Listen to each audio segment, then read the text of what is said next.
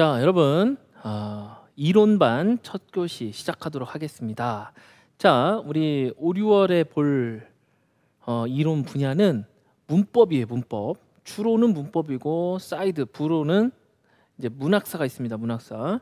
그래서 이제 대략적으로 앞에 우리 3, 4월에는 어학이 3, 그다음에 교과 교육론이 1, 3대 1에 비율이었는데 5, 6월에는 문법이 3, 그다음에 문학이 1 이렇게 이제 가도록 하겠습니다. 그래서 주는 문법입니다. 문법. 우리가 해야 될 게 많아요. 제가 이제 여러분한테 많은 내용을 전달하기 위해서 책을 2권이나 봅니다. 문법책 2권이나 봅니다. 첫 번째 우리가 1주부터 4주까지는 한어교학 참고어법이라는 걸 볼 거예요. 교학이 들어갔죠. 교학. 그래서 이제 우리 교육과도 직접적인 관련성이 있는 좋은 내용들이 많습니다. 그래서 1주에서 4주 정도는 1주에서 4주까지 이 책을 볼 거고, 그다음에 현대한어 통론이라는 책을 5주에서 8주 이렇게 보도록 하겠습니다. 다만 이 책을 다 보는 건 아니고요.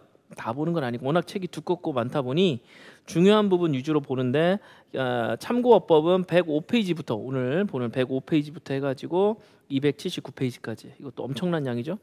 이 내용을 보도록 하겠고, 그 다음에 4주까지 이제 보고 나서 5주부터는 이제 한어 통론 학원입니다. 학원. 거기에 나온 내용들을 1페이지부터 145페이지까지 보도록 합니다. 주요 내용들은 어떤 내용이 되는지는 다 설명을 해드렸으니까 이렇게 보시기 바라고요. 그 다음에 이제 문학사를 또 마지막 시간에 1시간 보죠. 1시간 보는데 여기 빨간 글씨로 되어 있는 게 고대 문학사입니다. 우리는 고대 문학사만 보도록 합니다.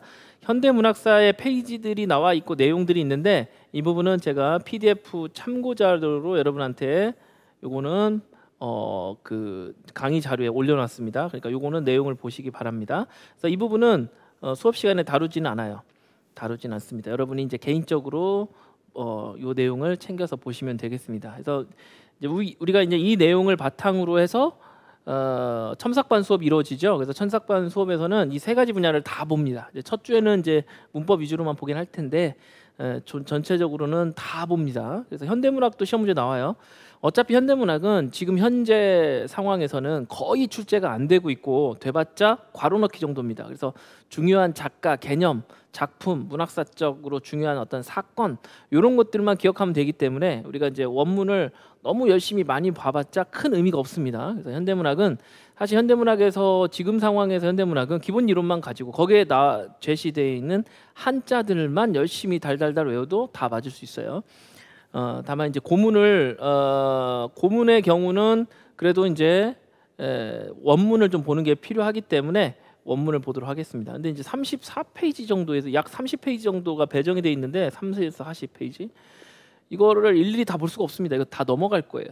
그래서 고문 다시 한번 정리하면 문법이 3입니다. 문법은 최대한 열심히 꼼꼼히 볼 거예요. 3시간이나 걸쳐서.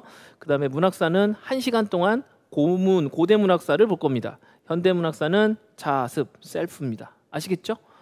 다만 이제 우리 그 중국어 서술형 답안 과정에서는 요 3가지 현대 문학도 시험 문제 나옵니다. 괄호 넣기로. 괄호 넣기나 간단한 서술형 문제도 낼 수 있어요. 그거는. 그래서 이제 기본 이론에서 공부한 내용으로 이전에 여러분이 공부하신 내용으로 충분히 답을 할 수 있도록 그렇게 했습니다. 그리고 그거는 이제 추후에 첨삭반 시간에 더 자세히 한번 말씀을 드리도록 하겠습니다. 아시겠죠? 그래서 이제 문법을 3시간 동안 합니다. 요거 오늘 우리가 공부해야 될 거 겸류 배우고 단어의 분류하고 문장의 특징 분석 방법 했는데 아주 중요한 내용들이 많아요. 그리고 시험에 이미 나왔거나 앞으로 나올 내용들이 참 많습니다. 그래서 책을 2권이나 본다는 건 모험이고 도전인데 여러분이 열심히 잘 따라와 주셔서 원활하게 수업이 진행될 수 있도록 그렇게 협조 부탁드립니다. 그리고 마지막 시간에는 문학사를 1시간 동안 보겠다. 재빨리 30페이지나 되기 때문에 재빨리 간단히 봐야 돼요. 아시겠죠? 그래서 어떻게 봐야 되는지도 또 수업 시간을 통해서 제가 자세히 기회가 될 때마다 자세히 설명을 또 안내를 드리도록 하겠습니다. 그럼 105페이지 보시면요. 우리 해당 교재 참고어법 105페이지 보시면 겸류어가 나와 있어요. 建类词 자, 기본 개념은 여러분이 다 알고 있기 때문에 이제 저도 설명하기가 편합니다. 겸유는 뭐야? 품사를 겸하여 담당하는 단어들을 말합니다. 그러니까 2개 이상의 품사가 존재하는 단어들이죠.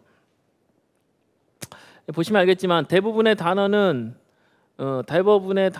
하나의 품사다 그랬는데 꼭 그렇지 않아요.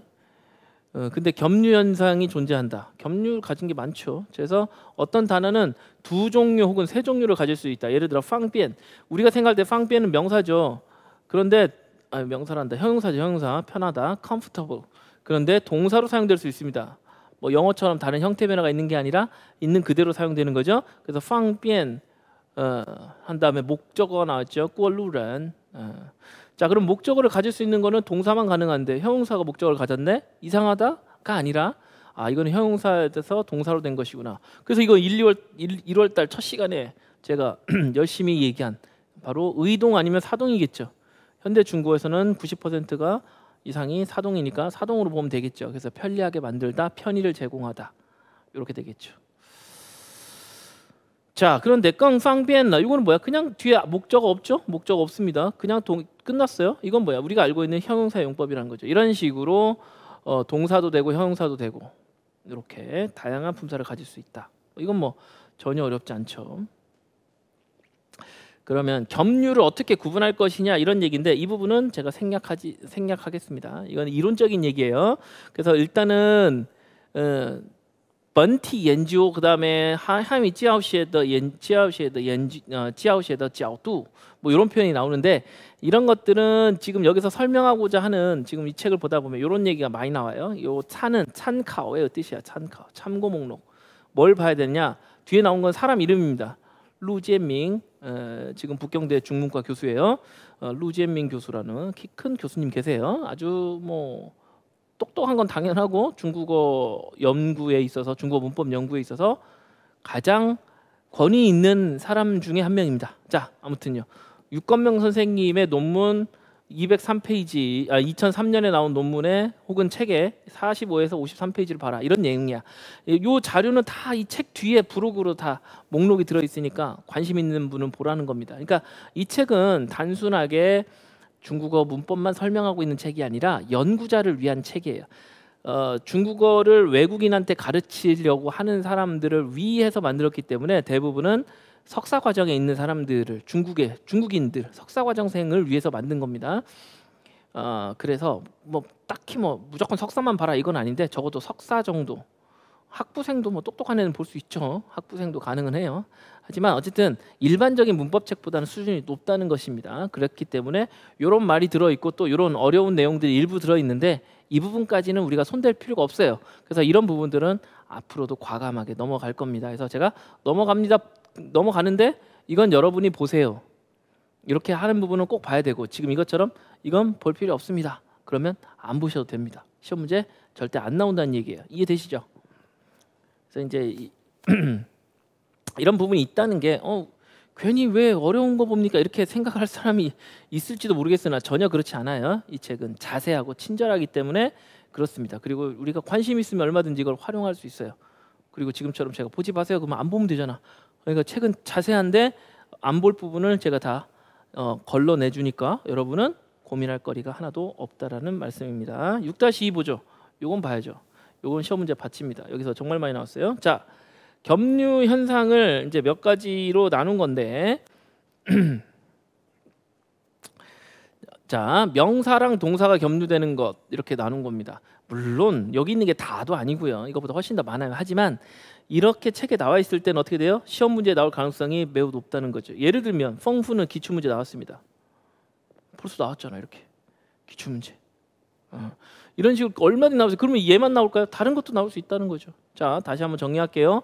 명사랑 동사가 겸유입니다. 이런 애들은 특징이 있어요. 우리말에다 하다를 붙이면 돼요. 대표하다, 보고하다, 그 다음에 공작하다. 이러면 명사와 동사가 다 되는 것을 우리말에서 알 수 있습니다. 다만 제가 이런 경우 기본형을 동사로 기본형을 삼아라라고 말씀을 드렸죠. 명사는 그 다음 나온 것이다. 여기서는 이제 명사부터 얘기가 되긴 했어요. 예. 他是当代先进青年的代表. 그는 당대 가장 선진적인 진보적인 청년의 대표였다. 我代表了 나는 대표한다. 뭐 뒤에 나오겠지. 이런 식으로 너무나 쉽지 않습니까? 报告的写个报告 보고서를 썼다. 报告一个好消息他找到了一份工作他正在工作呢你别打扰他了 이런 말들 자 늘상 쓰는 말이죠. 어렵지 않죠 전혀. 자 이제 두 번째 가볼게요. 동사랑 형용사 이것도요. 좀 전에도 얘기했죠. 아까 팡비엔에 예에서 설명드렸듯이 이건 너무 많죠. 고문에서부터 너무 많죠. 대부분 사동이겠죠. 자 그럼 우리가 예측해 봅시다. 단정하다야. 이게 동사가 되면 어떻게 될까요? 사동이 돼서 단정하게 만들다. 단정하게 만드는 게 뭐야? 그 지저분한 걸 정리한다. 더러운 걸 깨끗이 씻는다. 조금 거리가 있는데 아무튼 뭐 이렇게 어지러워진 것을 잘 정리한다. 단정하게 만들면 되는 거예요. 그게 뭐든 용모든 외모든 집안이든 단정하게 만들면 되는 겁니다. 자 한번 볼까요? 我们要端正态度 우리는 태도를 단정하게 만들어야 됩니다. 단정한 태도를 취해야 됩니다. 이런 말이죠. 태도를 단정히 하고 열심히 공부해야 됩니다. 단정히 하다, 단정하게 하다가 됐잖아요. 자, 丰富는 뭐예요? 형용사는 볼 필요도 없어요. 자, 丰富는 뭐예요? 풍부하게 만들다. 어휘를 풍부하게 만들다. 그러니까 어휘량을 늘려야 됩니다. 이렇게 이제 의역할 수 있는 거죠. 活跃는 여기 동사가 또 뒤에 있어. 活跃了气氛 活跃는 우리말로는 활약하다인데 활약하게 만들다? 이렇게 하면 좀 이상하고 중국어의 活跃는 대단히 활발하다 이런 뜻이 있죠. 活泼의 뜻이 있습니다. 그러니까 이거는 활발하게 만들다 이렇게 이제 해석하는 게 맞겠죠. 活跃 자체가 그런 뜻이에요. 중국어에서. 그러니까 뒤에 봤더니 목적어가 气氛 나왔죠. 분위기를 활발하게 만들었다. 분위기를 좋게 만들었다 이겁니다. 서로 서먹서먹하던 분위기를 아이스 브레이킹을 잘 해가지고 친근하게 만들었다 이런 말입니다. 他的到来 그의 도착은 그의 오문 그가 온 것은 그의 도래는 뭐야? 国交之间 국각 사이 국각이 뭐야? 国交 이거 뭔지 모르겠네요. 자 국각들 사이의 분위기를 아주 좋게 만들었다. 뭐 이런 얘기입니다. 그러니까 두 사람이 있는데 양쪽이 있는데 서로 이 사람이 나타나자마자 사이가 좋아졌다. 분위기가 활기차졌다. 그래서 활기차다, 활기차게 만들다. 이게 호유예죠. 그래서 형용사의 의미만 정확하게 파악하고 사동으로 했더니 다 맞네요. 자,科学 명사 겸 형용사. 자,科学는 원래 명사에서 왔죠. 근데 여기다가 很科学가 된단 말입니다. 예문도 당연히 很科学 이렇게 있죠. 매우 과학적이다. 标准은 뭐야? 매우 표준적이다. 그의 기술 동작은 이 사람이 뭐 연기를 하나 보죠. 기술 뭐 김연아처럼 뭐 피겨를 하거나 뭐 그러겠죠. 자, 그의 기술 동작은 대단히 표준적이다. 완벽하다 이런 말입니다. 자, 곤란은 뭐야? 곤란하다. 당연히 되죠. 很困难. 쿤난도 시험 문제 나왔습니다. 여기 벌써 두 개나 있네. 맞죠?科学도 제가 모의고사에서 정말 많이 냈던 건데 이건 아직 나오진 않았어요. 丰富, 쿤난 시험 문제 나왔잖아요. 참고로 서로 다른 해에 나왔어요. 다른 해. 이렇게 시험 문제 받칩니다. 우리가 지금 보는 게. 아시겠죠? 그래서 3, 4월을 제가 할 때는 현대 언어 책보다 기본 이론 책이 훨씬 좋다고 했는데 여기서는 꼭 그렇진 않아요. 기본 이론 책 당연히 좋아요. 근데 이제 시험 문제 더 많이 나온 것들을 찾다 보면 이 책이 더 많아. 이거는 이제 훨씬 더 실용적인 책이기 때문에 기본 이론은 이론적인 책이고. 이해되십니까? 그래서 다 봐야 돼요. 다.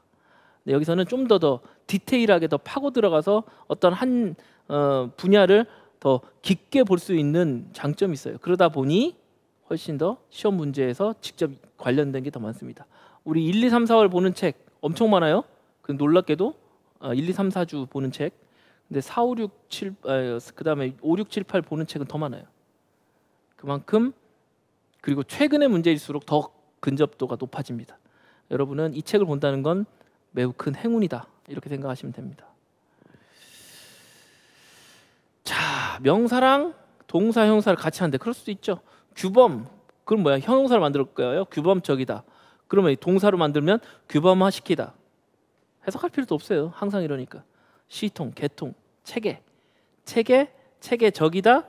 체계적으로 만들다. 체계화시키다. 볼 필요도 없습니다. 자, 명사랑 전치사도 동사랑 전치사 이것도 아주 흔한 현상입니다. 왜냐하면 이 세상에 이제 전치사들, 영어도 그래요. 영어의 전치사들도 동사로부터 발전한 것이고 그런 것들이 많고요. 중국어도 거의 대부분이 99%가 다 원래는 동사였는데 지금은 전치사로 쓰입니다. 따라서 전치사는 현대적인 용법인 거고 얘가 고문에서는 당연히 동사로 쓰입니다. 따라서 동사와 형용사를 겸유하고 있는 것은 매우 당연하다.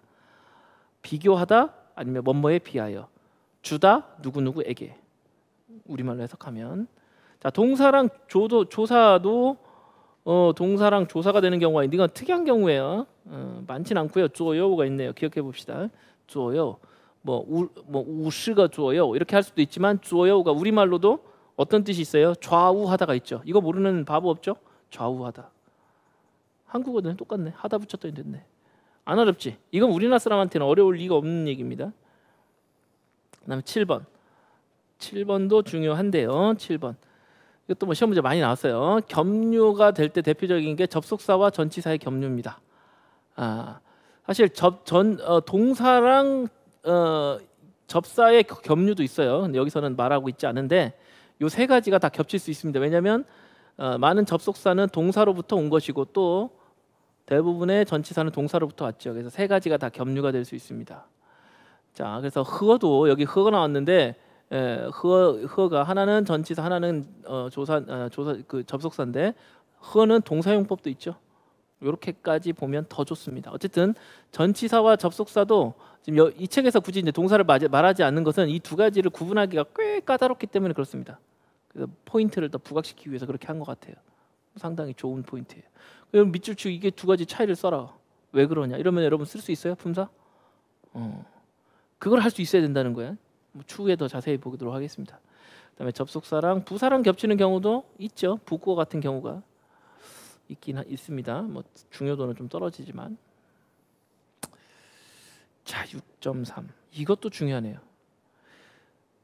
겸유 현상에 속하지 않는 경우, 겸유어에 속하지 않는 것들이 있습니다. 이건 무슨 말이냐면 볼 때는 야 이거 겸유 같은데, 근데 겸유가 아니래. 겸유라는 것도 꽤 어렵다고 생각하면 어렵죠. 사실 어렵지 않아요. 모든 언어에는 겸유가 있으니까. 근데 이제 일단은 처음 겸유를 접한 사람은 어렵다고 착각할 수 있습니다. 그건 뭐 익숙해지면 되는 문제인데 아무튼 겸유라는 것도 낯설 수 있어요. 그거는 맞습니다. 그거는 뭐 여러분이 겸유에 대해서 그전에 관심이 별로 없었거나 수업을 들어본 적이 없으면 낯설 수 있어요. 하지만 매우 익숙한 현상이다라는 거, 쉬운 현상이다 말씀을 드렸고, 근데 진짜 어려운 건 지금부터 이거는 겸유를 우리가 이제 알았어, 그렇죠? 알았어. 그래서 이거 겸유인데 딱 봐도 겸유인데 했는데 겸유가 아니야. 무슨 말인지 알겠습니까? 딱 봐도 겸유인데 그런데 아니야. 아시겠죠? 제가 몇 주 전에 찜질방에 간 적이 있어요. 찜질방에 가면 이제 이렇게 해가지고 그 코로나 때문에 못 가던 찜질방 오래간만에 갔는데 갔더니 사람들이 꽤 있더만요. 근데 중요한 건 찜질방에 이렇게 있다가 각각 이제 그 씻으러 가거나 그러면 남자 여자가 각각 가잖아. 남탕 여탕. 그쵸? 근데 어떤 여자가 남탕에 들어온 거야. 그래서 깜짝 놀랐어. 내 앞에서 가는데 여자가 남탕에 큰일 났다 했는데 알고 봤더니 남자였어. 몸이 딱 봐도 여자같이 생겼고요. 머리가 길었거든. 그러니까 그냥 여자라고 생각한 거야. 근데 아니었어. 그런 사람들 있죠. 남자인데 이렇게 머리 길고 또 이렇게 좀 약간 호리호리한 그런 스타일의 경우는 여자로 오해받는 경우 많습니다. 유명한 연예인 뭐 CF에도 나오죠. 자, 그러니까 뭐냐면 그냥 딱 봤을 땐 여자인 줄 알았어요. 그래서 저기 들어가면 안 되는데 했는데 들어가도 돼. 남자였어. 그러니까 우리가 겉으로 볼 때 판단을 할 때 대부분 저기 멀리서 올 때 이 사람이 남자인지 여자인지 우리가 대부분 판단하면 대부분 맞죠. 아주 어린애가나 뭐 특별히 옷으로 꽁꽁 싸매고 있지 않는 이상 그냥 한 여름이나 봄쯤 이렇게 사람들 옷차림 보면 알 수 있단 말이야. 동의하죠? 성별을 크게 고민하지는 않습니다. 왜? 보면 아니까. 그냥 알잖아. 우리가 습관적으로. 뭐 어려운 기술이 아니죠. 근데 아닌 사람이 끼어 있는 거예요. 그럴 수 있잖아. 남자인 줄 알았는데 여자였고 여자인 줄 알았는데 남자였고. 그러면 이때부터는 어려워지는 거지. 예? 이때부터는 어려워지는 겁니다. 그러니까 겸류가 아닌데 겸류처럼 보이는 애들이 있다는 거예요. 그러면 어려워지죠. 자, 어떤 상황인지 한번 보자고요. 중요합니다. 자, 이게 일단 어떻게 시작하냐면 왜 이게 겸류처럼 보이느냐를 봐야 돼요. 자, 이것츠, 이쇼츠, 그래서 이건 다 명사죠. 그러니까 이거는 겸류처럼 별로 안 보여. 그런데 화치엔 할 때는 얘는 동사죠. 그 다음에 이또 화는 명사죠. 이건 딱 겸류처럼 보이죠. 자, 이거 기출문제. 이렇다고요. 기출문제가 여기서 또 나오네. 이거 쿤난이랑 같은 애 나왔던 문제입니다. 자, 한 페이지를 채 넘기자마자 바로 기출문제 또 나오죠. 이렇게. 자, 그래서 뭐냐면 화치에는 뭐 동사 맞죠? 돈을 쓰다. 그리고 이거 뭐야? 꽃, 명사. 그럼 겸류지. 겸류여야지. 누가 봐도 겸류처럼 보이잖아. 그런데 아니란 말이에요. 그런데 아니야. 그런데 아니라고요. 왜? 왜가 중요한 겁니다. 자, 처음에는 화치에는 뭐야? 돈을 쓰다. spend money.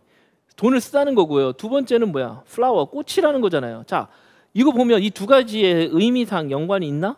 없어. 돈하고 꽃, 돈 쓰는 거랑 꽃하는 꽃 쓰는 꽃이랑은 상관이 없어요. 돈을 쓰다, 시간을 쓰다. 그렇죠. 화에는 돈을 쓰다라는 뜻도 있고 꽃이라는 뜻도 당연히 가지고 있는데 이 뜻이 과연 의미적인 연관성이 있느냐를 따져봐야 돼요. 앞에서 봤던 거 다 연관성 있잖아. 깨끗하다, 깨끗하게 만들다. 뭐 얘는 안 나왔지만 깐징은 형용사도 되고 동사도 돼요. 깨끗하다, 깨끗하게 만들다. 어때요? 관련성이 있잖아. 곤란하다, 곤란. 관련성 있죠. 이해되십니까? 그러니까 의미가 우리가 겸류라고 하기에는 먼저 전제 조건이 필요해요. 그거는 하나의 단어 안에 있는 여러 개의 파생 의미 가운데 의미적으로는 파생이니까 연결성은 가지고 있죠. 서로 의미 항목당. 그러나 품사는 달라지는 경우야. 그러니까 품사는 다르지만 의미적으로는 일정한 연결성이 있어야 돼요. 기본 의미로부터 파생되었다라는 것을 담보할 수 있어야 된다는 거야. 그런데 꽃이라는 의미하고 돈을 쓰다라는 동사하고는 과연 의미적 연결성이 있을까? 없어요. 없잖아. 이해되시죠? 무슨 말인지. 그러니까 이게 아무리 얘는 똑같은 모양이고 똑같은 모양인 건 맞아요. 발음도 똑같아요. 일단 이 존재 조건이 맞아야 되는 거기까지는 맞아. 그리고 품사도 달라. 그러면 딱 봐도 겸류처럼 보이는데 다 아까 말씀드린 대로 이 둘은 의미상에 아무런 관련이 없다는 거야. 의미상 아무런 관련이 없으면 어떻게 돼야 돼? 겸류가 아닌 겁니다. 그냥 생긴 것만 똑같이 생겼지 전혀 다른 애예요. 也就是说意义上是否相同或者有比较密切的关系. 요게 되면 겸류고 요게 안 되면 겸류가 아닌 겁니다. 여기 보면 이런 것도 있어요. 이棵草라고 했는데 이건 풀이죠. 풀. 그리고 很草写字写得很草你这个字太草了. 이 차오는 뭐냐면 제멋대로 엉망진창이라는 뜻이야. 풀하고 제멋대로랑이라는 말은 또 직접적인 연관성을 찾기 어렵습니다. 그러면 명사와 형용사가 있다 할지라도 이건 겸류로 보지 않고 생긴 것만 똑같지 실제로는 서로 다른 단어다 이렇게 구분해 줘야 된다는 거예요. 그러니까 어렵죠. 놀랍게도 이게 시험 문제 나왔어요. 이걸 구분하는 게. 자, 또 하나가 있습니다. 또 하나 어려운 게 뭐냐면 동형 이음노. 이건 그래도 조금 찾기, 이건 조금 하기 쉬워요. 동형 이음어. 여기서는 포인트가 뭐냐면 이음이라는 게 들어가요. 그러니까 예를 들어 하오 시관하고 하오 허죠. 여기는 하오 제4성이죠. 사실 얼핏 보면 좋다랑 좋아하다니까 의미상으로 연관이 되는 것처럼 보여. 좋다랑 좋아하다는 그렇잖아. 비슷해 보이죠. 우리말로도 좋아하다, 좋다, 좋아하다. 거의 같은 말이라고 해도 되지 않습니까? 그러면 이건 의미상 연결이 되잖아요. 특히 여기서는. 근데 뭐가 안 되느냐? 발음 자체가 달라요. 이 음이잖아요. 삼성하고 사성하고 어떻게 같습니까? 완전히 다르죠. 중국어에서는 성조가 다르면 의미 변별 기능을 한다라고 우리는 공부했죠. 그러니까 이거는 의미가 변별돼요. 그러니까 의미가 연결성이 있는 것처럼 보이지만 아예 서로 다른 단어입니다. 애초에. 그러니까 발음은 일단 같아야 됩니다. 근데 이건 발음도 다르죠. 발음이 달라요. 발음도라고 말하긴 그렇고 발음이 달라요. 발음이 다르면 그건 애초에 처음부터 이합사가 될 가능성이 0%예요. 0%. 애초에 이합사 아니에요. 근데 오해하기 딱 좋죠. 글자는 똑같고 형태는 똑같은데 또 품사가 다르네. 하나는 형용사고 하나는 동사네. 그럼 뭐 사동으로 뭐 해결하면 되는 거 아니야? 이렇게 생각할 수 있는데 기본 전제 조건 뭐가 문제가 있어? 발음이 다르다야. 발음이 다르다. 발음이 다르면 절대 안 됩니다. 발음은 무조건 같아야 돼요. 그래서 여기 나온 것들 보면 조안치오하고 그다음에 쪼안지, 쪼안, 발음이 다르잖아. 그러면 생각해 볼 필요도 없어요. 품사도 쳐다도 보지 마세요. 그건 이합사가 될 가능성 0%입니다. 자, 이렇게 되는 거죠. 그래서 이거는 사실 시험 문제 안 나왔고요. 위에 있는 게 나왔어요. 위에 있는 게 더 구분하기 어려우니까. 그래서 이거는 2번의 경우는 쉬우니까 안 나왔습니다. 기출 문제. 뭐 나올 수도 있죠. 앞으로. 그러나 쉽다. 요게 포인트고.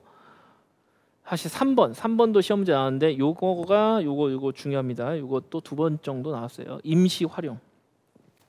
자, 임시라는 말이 있는데 임시란 말을 얻고 그냥 활용이라고만 해도 의미는 같아요. 활용은 뭐냐면 원래는 A로만 쓰여야 되는데 상황에 따라서 B로도 사용할 수 있는 겁니다. 여러분, 자, 컵라면을 먹으려고 물을 부었어요. 근데 지금 컵라면과 따뜻한 물을 하고 젓가락만 있어. 그릇이 없어. 물론 컵라면에다 그냥 떠 먹을 수도 있지만 여러분들은 보통 어떤 짓을 합니까? 컵라면 뚜껑을 따가지고 돌돌 말아가지고 이렇게 만들어갖고 고깔 모양으로 만들어서 거기에다가 심지어 국물까지 마시죠. 원래는 컵라면 뚜껑이라는 덮개라는 용도인데 우리가 일시적으로 뭘로 쓴 거야? 그릇으로 쓴 거야. 이걸 활용이라고 부르는 거예요. 그러니까 컵라면 뚜껑이 원래부터 그렇게 하라고 한 게 아닙니다. 그런 용도가 아니죠. 그릇의 용도가 아닙니다. 그릇 모양도 아니고요. 무슨 말인지 이해돼요? 물론 왕뚜껑류 이런 거 같으면 아예 뚜껑 자체가 플라스틱으로 돼서 먹기 편하게 뭐 그렇게 이제 만들기도 하지만 일반적인 컵라면 뭔지 알잖아. 그거는 그렇게 이제 우리가 일시적으로 이렇게 만들어서 먹는단 말이야. 이해되죠? 그게 뭐야? 활용이야, 활용. 그러니까 원래 그런 기능이 없으나 상황에 따라서 그 기능을 부여하는 경우를 활용이라고 합니다. 그래서 예를 들면 이런 거예요. 중국어란 사전 찾아봐도 이건 뭐야? 중국인, 명사밖에 없지. 명사, 중국인, 중국 사람, 중국 국적의 사람. 뭐 이거 이 정도겠죠. 뭐 더 이상 다른 말이 있습니까? 그런데 여기 이 문장은 비교문에 쓰였고 하이의 수식을 받고 있는 형용사로서 기능을 합니다. 사전에 없는데 그렇게 기능을 해. 이런 말들은 많이 쓰여요. 자, 그래서 하이 중국어란이라는 비중국어란 하이 중국어란이라는 얘기는 중국 사람보다 훨씬 더 중국 사람스럽다는 뜻이야. 그게 이제 중국 사람스럽다는 의미가 이제 상황에 따라서 이제 여러 가지로 사용이 되겠죠. 좋은 예가 떠올랐네요. 해자롭다. 국어 사전에 없겠죠. 해자스럽다. 창렬스럽다도 있는데 창렬은 뺄게요. 자, 요거 뭐야? 김혜자에서 사람 이름에서 온 거죠. 그 사람답다, 해자롭다, 해자스럽다. 그래서 해자템 이런 말 아직도 쓰잖아. 이게 만들어진 지가 10년이 넘었는데 아직도 쓰잖아요. 해자는 원래 뭐야? 명사지. 그것도 고유명사. 사전에 없어요. 해자 자체는. 근데 해자롭다, 해자스럽다. 오픈 사전은 나오겠죠. 국어 사전에는 안 들어갔겠지만 이런 말 쓰잖아. 이거 뭐야? 이게 활용인 거예요. 이게 활용입니다. 그래서 중국 사람스럽다 이렇게 되는 거죠. 그 다음 보면 관료주의 명사인데 타이가 붙었네. 그럼 뭐야? 너무 관료스럽다. 너무 관료주의의 냄새가 많이 난다. 이런 식으로 해석을 해줘야 돼요. 사전에 없으나. 그래서 이 활용은 사전에 없기 때문에 우리가 겸유로 보진 않습니다. 하지만 겸유 바로 전 단계예요. 이런 용법들이 계속 사용되고 많이 사용하는 사람이 많으면 많을수록 어떻게 될까요? 이건 사전에 들어가죠. 그래서 해자스럽다, 해자롭다가 한국어에서 이건 전형적인 활용에 속하는데 이게 쓰는 사람이 자꾸 늘어나잖아요. 그러면 나중에는 결국은 국어사전에도 들어갑니다. 그렇게도 될 수 있어요. 무슨 말인지 이해되십니까? 이게 바로 임시 활용입니다. 임시 활용 문제도 나온 적이 있습니다. 임시 활용 문제도 제가 그 해 적중시켰던 문제 중에 하나예요. 그 해 딱 적중시켰습니다. 나올 것이다. 딱 나왔죠. 자, 뒤로 넘어가 볼까요? 뒤로 넘어가 보면 그래서 이제 우리가 겸류 문제를 살펴봤는데 겸류는 정말 중요해요. 겸류는 정말 중요하고 여러 가지 방면에서 시험 문제로 계속해서 우리랑 만날 수 있다라는 측면에서 겸류 잘 보시기 바라고, 그 다음에 뒤로 넘어가면 단어와 구 얘기가 나오는데 단어 구 여기를 잠깐 살펴보도록 하겠습니다. 제 5장이에요. 제 5장. 자, 단어와 구 한번 볼까요? 이것도 기본적으로는 제가 이제 이전에 설명을 다 했던 내용이에요. 기본 이론 시간에도 공부를 했던 것이라서 뭐 딱히 엄청 새로운 내용은 없습니다. 하지만 천천히 한번 보고, 다만 이 책이 훨씬 자세하다고 했기 때문에 이 책이 가지고 있는 장점에 대해서 우리가 한번 또 한번 들여다보도록 할게요. 자, 뭘 보냐? 개념 한번 보도록 하겠습니다. 개념 쉽지만 그래도 중국어로 한번 해봅시다. 동아유 예지ao 츠주 같은 말이죠. 완전히 같은 말입니다. 자, 이것은 위수허 츠之上的라는 얘기는 형태소와 단어의 위에 있다는 얘기입니다. 그래서 제3급이라고 표현하고 있어요. 3급 어법 단위다. 이런 말은 이전에는 우리가 3급 급수를 나누진 않았는데 이게 무슨 얘기냐면 여기 위수 형태소가 있고요. 형태소. 이게 1급입니다.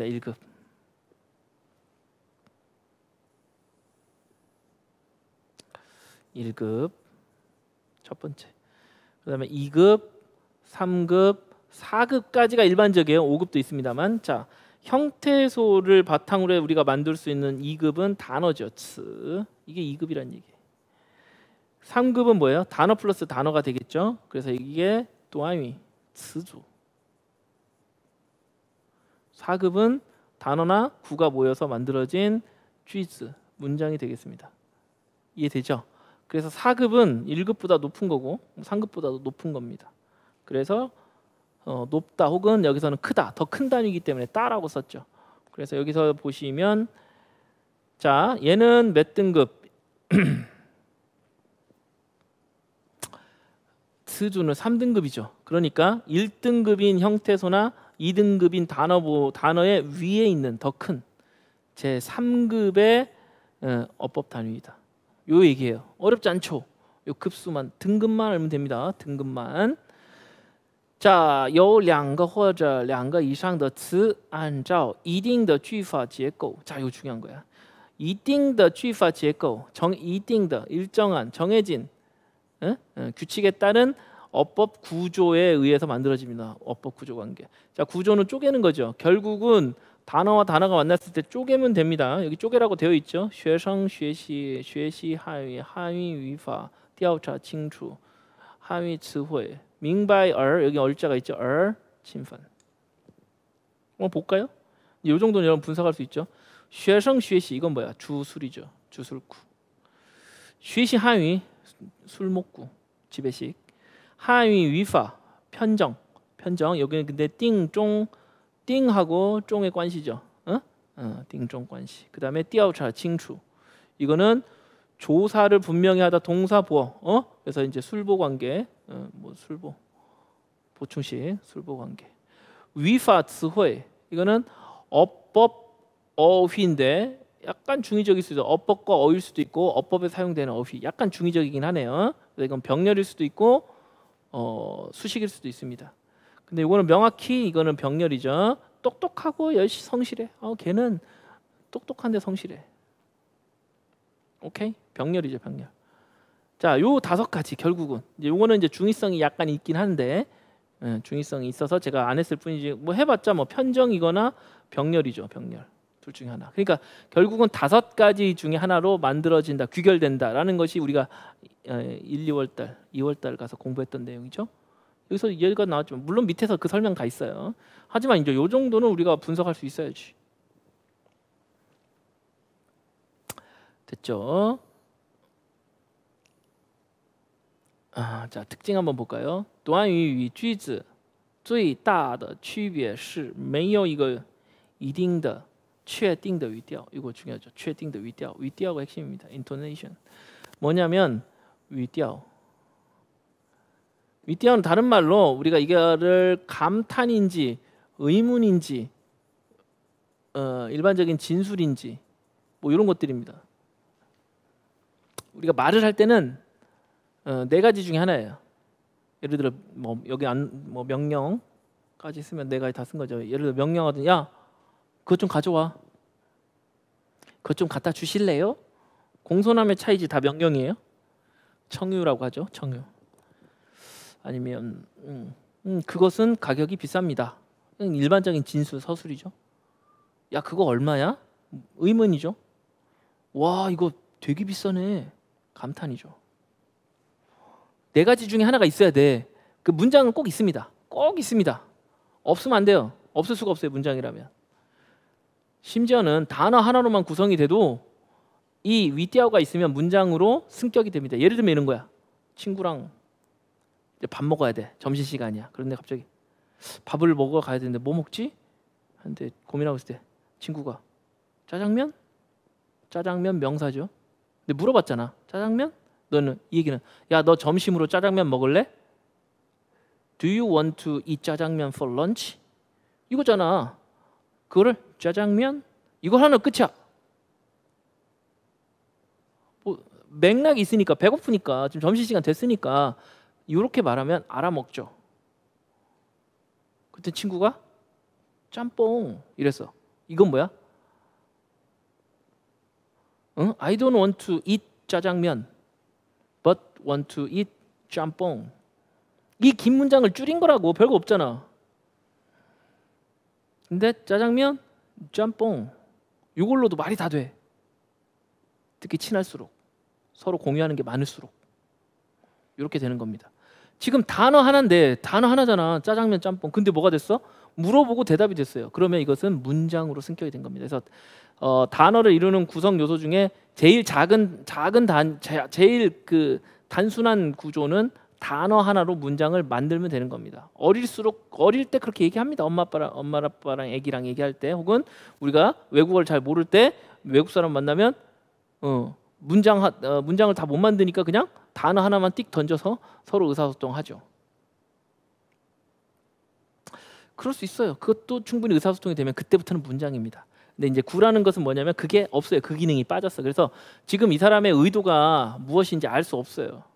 그냥 구조적으로 단어와 단어가 결합만 돼 있으면 되는 거예요. 그래서 구를 할 때는 문장 부호가 없습니다. 여기 나오네요. 여기 진술, 의문, 감탄, 강조라고 했는데 뭐 강조일 수도 있고요, 감탄일 수도 있고요. 이런 식의 문장 부호가 붙으면 명확하게 아까 말한 그런 위디아오가 만들어지는 거죠. 그런데 구는 그런 게 있다 없다? 없다. 그래서 문장과 구를 나누는 가장 중요한 차이는 뭐야? 요거 위디아오. 이거 시험 문제 나와도 하나도 이상할 게 없죠. 아직 안 나왔단 말이야. 위디아오. 여기 채우는 거. 이런 게 이제 이게 제대로 된 공부입니다. 우리가 좀 더 그러니까 기본 이론 시간에 공부했던 문법은 전체를 다 훑어보는 거야. 처음부터 끝까지 모든 걸 낱낱이. 그럴 필요가 있죠. 처음에는. 지금은 우리는 건너뛸 건 뛰고 굳이 아는 건 설명하지 않고, 하지만 더 깊게 들여다볼 것은 심화적으로 파고 들어가는 거죠. 여기서는 진정한 의미의 심화가 일어나고 있습니다. 자, 이렇게 공부하면 돼요. 자, 短语的构成 좀만 더 볼게요. 단어의 구성. 자, 构成短语的关键句法结构关系. 아까도 강조했었죠. 결국 어법 구조 관계가 만들어져야 돼. 그 구조 관계는 5가지 중에 하나라는 말이에요. 예를 들어 我也学习汉语. 이건 문장이죠. 마침표 찍혔습니다. 나 중국어 공부해. I study Chinese. 뭐 이런 문장입니다. 별거 없잖아. 그런데 이거를 어떻게 할 수 있느냐? 쪼갤 수 있다는 거예요. 단어와 단어의 결합이니까 我学习 이렇게 만들 수도 있고 也学习 学习汉语 이렇게 만드는 것도 있는데 이것만 있느냐? 我也学习也 我汉语 이렇게도 만들 수 있어요. 그런데 여기 보면 별표가 붙었죠. 당구장.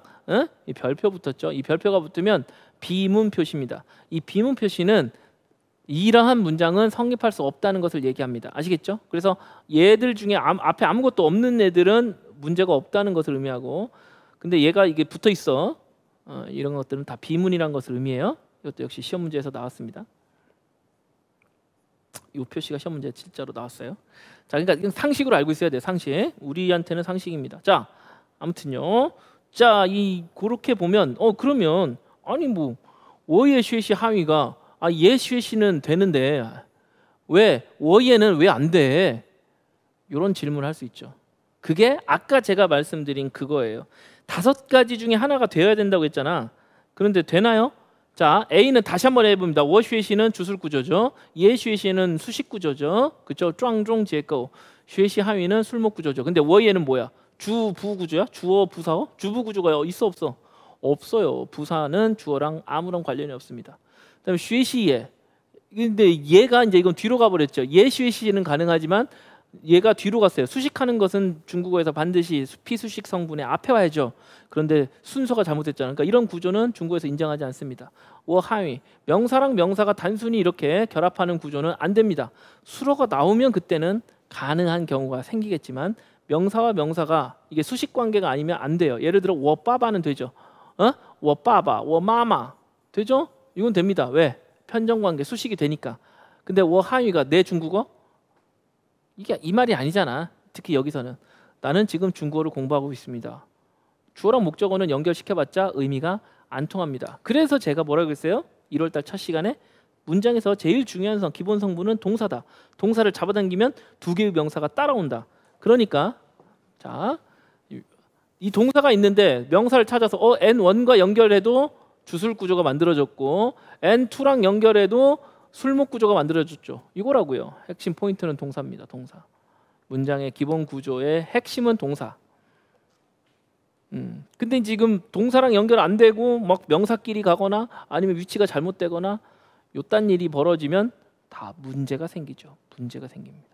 아시겠죠? 그래서 왜 A는 되고 왜 B는 안 되냐? 물론 이런 문제는 나올 가능성은 매우 낮아요. 매우 1% 미만입니다. 한 100년 시험 봐야 나올까 말까인데 그러나 아주 좋은 그 이야기거리가 되고요. 시험 문제 안 나온다 할지라도 이걸 봄으로써 우리는 아하 그렇지. 구라는 것은 단어와 단어의 결합인데 이 단어와 단어의 결합은 족보라는 게 있어야 돼. 족보. 합리적인 관계를 우리가 설명할 수 있어야 그것을 문법적으로 올바른 구라고 말할 수 있는 거구나. 이겁니다. 그래서 그러면 그 족보는 뭔데? 실제 우리나라에 있는 성씨는 뭐 수백 개겠지만 그 족보가 아니에요. 우리가 5개만 알면 돼요. 아까 말했던 그 5개. 그 5개 중에 하나에 속한다라고 하면 얘는 족보가 있는 애. 그러면 성립해, 인정 이렇게 되는 거고 그 족보에 들지 않는 애들은 어떻게 됐든 구라고 말할 수 없는 겁니다. 그러니까 자 정리하면 이거예요. 구는 단어와 단어의 결합인 게 맞아요. 그런데 아무 단어나 그냥 제멋대로 붙여놓으면 과연 그것이 결합이 되나? 안 된다는 거죠. 얘네들이 결합할 수 있을 만한 무엇인가가 필요해. 아까 제가 족보라고 표현했던 그거. 그 무엇인가 연결시켜주는 이 둘의 관계를 설명해주는 게 필요합니다. 그 관계. 그게 바로 구조관계. 5가지. 그 관계가 되면 구로서 성립하는 것이고 그렇지 않으면 구가 아닌 겁니다. 그러니까 구는 우리가 기본 이론 시간에도 제가 자세히는 다루지 않았어요. 구 부분은 거의 넘어갔습니다. 왜냐하면 구는 너무 많거든. 그런데 그 너무 많은 구들이 종류로 따지면 그 관점에 따라 정말 많은 수백 개의 구의 이름을 만들어낼 수 있는데 결국 어떤 식으로 분석하든지 간에 걔가 구라면 5가지 족보 안에 들어가야 된다는 거예요. 아주 의미 있는 공부예요. 이런 것들이 우리의 문법적 실력과 분석력을 높여주는 아주 좋은 공부가 되는 겁니다. 설령 시험에 영원히 안 나와도 이 정도 공부, 이 정도는 우리가 알고 있어야죠. 훨씬 여러분이 지금 똑똑해지고 있습니다. 자, 2교시에 이어서 할게요.